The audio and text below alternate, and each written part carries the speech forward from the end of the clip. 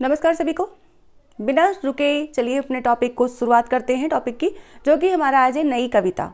नई कविता आंदोलन, नई कविता पत्रिका, इनसे जुड़े जो भी प्रश्न आते हैं आपकी परीक्षा में, उन सभी को दृष्टिगत रखते हुए मैंने यहाँ पर एक छोटा सा वीडियो देने की आपको कोशिश की है, जो कि है नई कविता के नाम से। जैसे कि आप देख सकते हैं, नई कविता 1954 में जो कि पत्रिका प्रकाशित हुई थी जगदीश चंद्र गुप्त जी के द्वारा। इसे हम नवलेखन के नाम से भी जानते हैं। नवलेखन। अब यहाँ पर डाउट ये है कि कहीं कहीं 1953 से नई कविता का समय माना जाता है, तो कहीं कहीं 1954 से माना जाता है। तो सर्वाधिक क्या मान्य है, ये आपके सुझाव भी आमंत्रित हैं, लेकिन फिलहाल आपको 1954 के साथ ही चलना है, क्योंकि नई कविता जो है वो जगदीश गुप्त ने जो है 1954 में प्रकाशित करवाई थी नई कविता पत्रिका के नाम से। अगर इसके शब्द की बात करें कि नई कविता शब्द का सर्वप्रथम प्रयोग किसने किया, तो इस पर हम ले लेते हैं, यानी कि आपके जो है ये थोड़ा सा मेन पॉइंट होगा, क्योंकि जब भी हम किसी वाद या जब भी किसी समकालीन कविता या कविता की बात करते हैं, तो वहाँ पर एक चीज़ आपके लिए इम्पोर्टेंट जो होती है वो ये होती है कि सबसे पहले उसका प्रयोग किसने किया था। तो यहाँ पर प्रश्न ये बनता है कि किसने किया था। तो नई कविता का सर्वप्रथम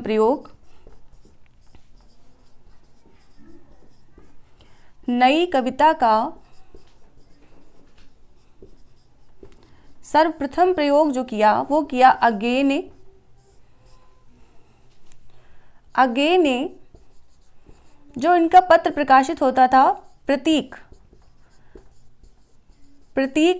पत्र में 1951 में जून वाले अंक में, और फिर 1952 में प्रकाशित किया था। पहली बार इन्होंने प्रतीक पत्र में 1951 में इस शब्द का नाम लिया था, नई कविता का प्रयोग किया था। और 1952 में भी बाद में इन्होंने ही इस शब्द के साथ इसको प्रकाशित किया था, यानी कि इस शब्द का उल्लेख उन्होंने किया था। यहाँ पर एक चीज़ और ज़्यादा याद रखने वाली है कि इलाहाबाद रेडियो से भेंट वार्ता में इस शब्द का प्रथम बार उच्चारण किया गया था, प्रथम बार प्रयोग इसका किया गया था। यहाँ से भी प्रश्न बन सकता है कि सबसे पहले नई कविता का प्रयोग किसने किया और कहाँ पे किया, यानी कि आपको उसका साक्ष्य देना होता है, तो कहाँ से किया। तो इलाहाबाद में जो रेडियो भेंट वार्ता अज्ञे जी के साथ हुई थी, उसमें उन्होंने नई कविता शब्द का प्रथम प्रयोग किया था। ऐसे कि आपको मिलते हैं यहाँ पर कुछ तथ्य। इसके बाद हम बात करें तो नई कविता उन कविताओं को कहा जाता है जिनमें आज़ादी के बाद, यानी कि स्वतंत्रता के बाद जो परंपरागत कविता से आगे निकल करके नए भावबोधों की अभिव्यक्ति के साथ प्रस्तुत होती हैं, उन्हें हम नई कविता के अंतर्गत जानते हैं। जिनमें नए मूल्य, नए शिल्प विधान का प्रयोग किया गया हो। स्पष्टता, यानी कि छोटे से शब्द में अगर आप देखें तो आपको ये ध्यान रखना है कि जो स्वतंत्रता के बाद की जो कविताएं लिखी गई हैं, जिसमें नए मूल्य, नए भावबोध, जिनकी नई अभिव्यक्तियाँ मतलब हम लोगों को मिली हैं काव्य में, वही आपकी नई कविता के अंतर्गत आती हैं। निराला से नई कविता का काल जो है निराला से ही आरंभ हो जाता है, क्योंकि प्राचीन परंपराओं से हट करके कविता और छंद के मकर जाल को मुक्ति प्रदान करने वाले तो निराला जी ही थे, वहीं से प्राप्त हो जाती है। लेकिन इसको एक सही नामकरण और इसका जो आगे की इस नई कविता की परंपरा को बढ़ाने का कार्य हुआ, वो हुआ 1954 से। तो इस तरह से आपसे जो प्रश्न बनेगा, यानी कि यहाँ पर कि ये जो है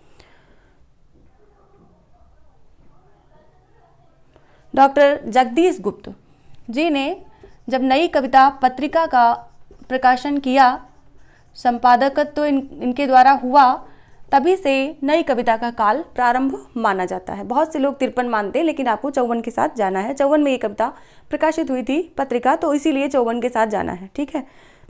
नई कविता नाम सर्वप्रथम किसने दिया, तो अज्ञे ने दिया। ये प्रश्न आपको क्लियर हो गया। इसके बाद जो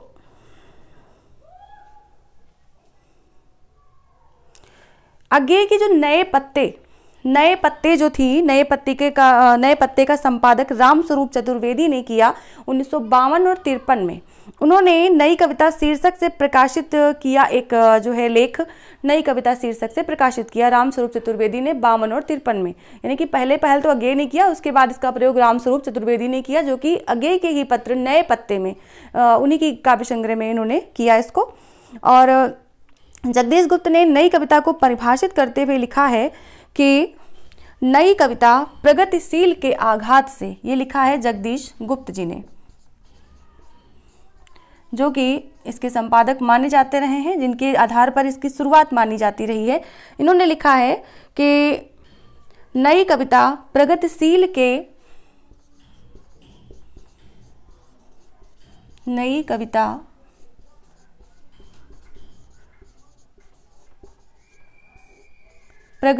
के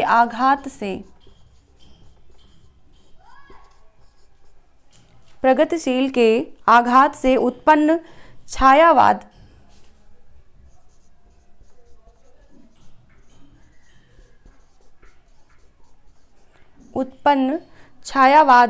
के स्वप्न भंग की कविता है।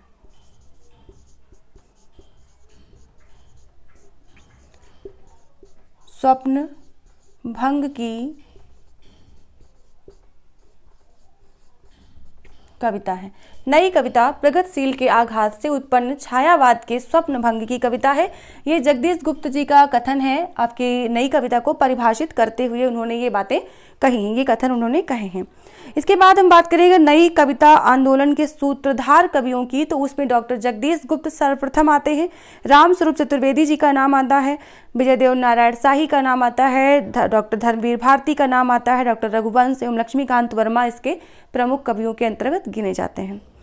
विजय देव नारायण शाही ने नई कविता में जो सर्वप्रथम लघु मानव की प्रतिष्ठा की थी, लघु मानव की उन्होंने प्रतिष्ठा की थी, तो इसमें ये चीज़ें आपको यहाँ पर निकल के आती हैं, यानी कि ये क्वेश्चंस जो आपके बनते हैं वो सारे जो है आपको इस वीडियो के माध्यम से मिलने वाले हैं। 3 चीज़ों को आपको ध्यान रखना है।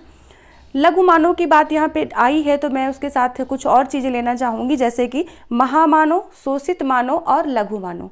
ये 3 प्रकार के मानवों की संज्ञा हमको लगभग इन काव्यों में देखने को मिलती है। तो कौन कौन से काव्यों में देखने मिलती है, तो अब बात आ गई है तो इसको भी हम आगे बढ़ा देते हैं, यानी कि ले लेते हैं। तो जो महामानव है, महामानव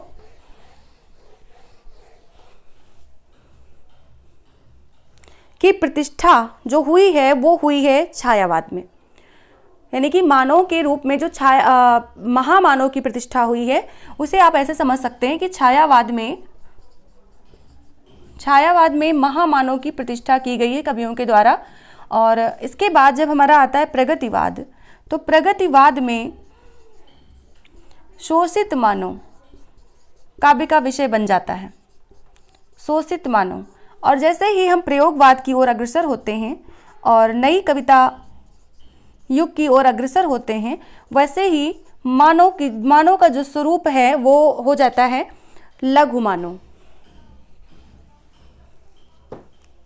नई कविता में जो मानव की प्रतिष्ठा की गई है वो हो जाता है लघु मानव। तो यहाँ से भी प्रश्न बनता है, अब क्योंकि बीच में लघु मानव विजय देव नारायण शाही वाली लघु प्रतिष्ठा इसकी आ गई, तो मैंने तीनों को ले लिया है, यानी कि छायावाद में महामानव की प्रतिष्ठा हुई, प्रगतिवाद में शोषित मानव की प्रतिष्ठा हुई और नई कविता में या प्रयोगवाद में लघु मानव की प्रतिष्ठा हुई है, जैसे कि हमें नजर आता है। तो इसमें हम बात कर रहे थे आपके नई कविता के कवियों की। तो नई कविता में जैसे जगदीश गुप्त, इनकी रचनाओं की अगर हम बात करें तो रचनाएं इनकी नाव के पाँव, शब्ददंश, हिमविद्ध और सबसे ज़्यादा जो फेमस रचना इनकी संबूक, ये रचनाएं इनकी आती हैं जगदीश गुप्त की। तो ऐसे ही हम आगे अपनी क्लास में इन सभी कवियों को, फिलहाल नई कविता के लिए इतना ही, आगे की क्लास में हम नई कविता के कवियों को क्रमबद्ध तरीके से लेंगे, उनकी समस्त रचनाओं पर चर्चा करेंगे, उनका आकलन विश्लेषण, सारी चीज़ें जो भी कि आपकी परीक्षा की दृष्टि से महत्वपूर्ण है उन सभी को टॉपिक वाइज लेंगे। तो अभी फिलहाल नई कविता के लिए इतना ही, और आगे की क्लास अगर आप लोगों को ज्वाइन करनी है तो हमारे डिस्क्रिप्शन में दिए गए नंबर पर मैसेज कर सकते हैं। अगर आप क्लासेस चाहते हैं तो आपको पूरा कोर्स जो कि इसी तरह से आपको पढ़ाया जा रहा है तो वो आप प्राप्त कर सकते हैं, ठीक है। और उसके साथ प्रैक्टिस सेट जो भी आपके होते हैं, जो भी टेस्ट सीरीज होती हैं वो, और प्लस आपके PDF नोट्स, ये आपको यहाँ से अवेलेबल कराए जाएंगे। तो जितने भी लोगों को की इच्छा हो, जो भी लोग TGT, PGT, नेट और GIC प्रवक्ता, ये जो भविष्य में आने वाली डाइट प्रवक्ता, उनके लिए अगर हिंदी विषय से तैयारी करना चाहते हैं तो मेरे चैनल से जुड़ सकते हैं और अपने आप की तैयारी को परफेक्ट कर सकते हैं, ठीक है। तो सभी लोगों का हार्दिक आभार कि आपने वीडियो को देखा, और सबसे बड़ी बात कि आपने लाइक किया। और लाइक करने के बाद जो आपकी जिम्मेदारी बनती है वो आपकी सिर्फ और सिर्फ इतनी जिम्मेदारी, मैं आपको जो कंटेंट दे रही हूँ उसके लिए सिर्फ आपको इतना करना है कि आपको 1 लाइक और 1 शेयर करना है। आप किसी ग्रुप में कर सकते हैं, किसी अपने मित्र को कर सकते हैं, किसी इष्ट को कर सकते हैं, किसी को भी कर सकते हैं, घनिष्ठ को कर सकते हैं, लेकिन आपको एक शेयर करना है और एक लाइक करना है। बस ये 2 चीज़ें ही आपसे चाहिए और कुछ नहीं, ठीक है। बाकी जो कंटेंट हमारे चैनल पे पड़े उनको आप फ्री में देख सकते हैं। अगर आप किसी भी तरह से अक्षम हैं तो उन कंटेंट को देख सकते हैं। जो चीज़ें यहाँ से क्लियर हो रही हैं, मैं उम्मीद करती हूँ कि आप लोगों को समझ में सारी चीज़ें आ रही होंगी। इसके आगे का अगर आपको कोर्स चाहिए या इनसे ज़्यादा रिलेटेड चाहिए, क्योंकि मैं मेन जो भी चीज़ें होती हैं उनको पब्लिकली करती हूँ, बाकी सारी चीज़ें आपकी पेड क्लास में होती हैं। तो ये चीज़ें मैं चाहूँगी कि आप लोग जो है इसका सपोर्ट करें, मेरे चैनल से जुड़ें और साथ में अपनी तैयारी को कंप्लीट करें। और बाकी आपके जो भी कुछ सुझाव हों उन्हें ज़रूर कमेंट बॉक्स में लिखें, क्योंकि आपका एक एक सुझाव मेरे लिए अनमोल है, ठीक है।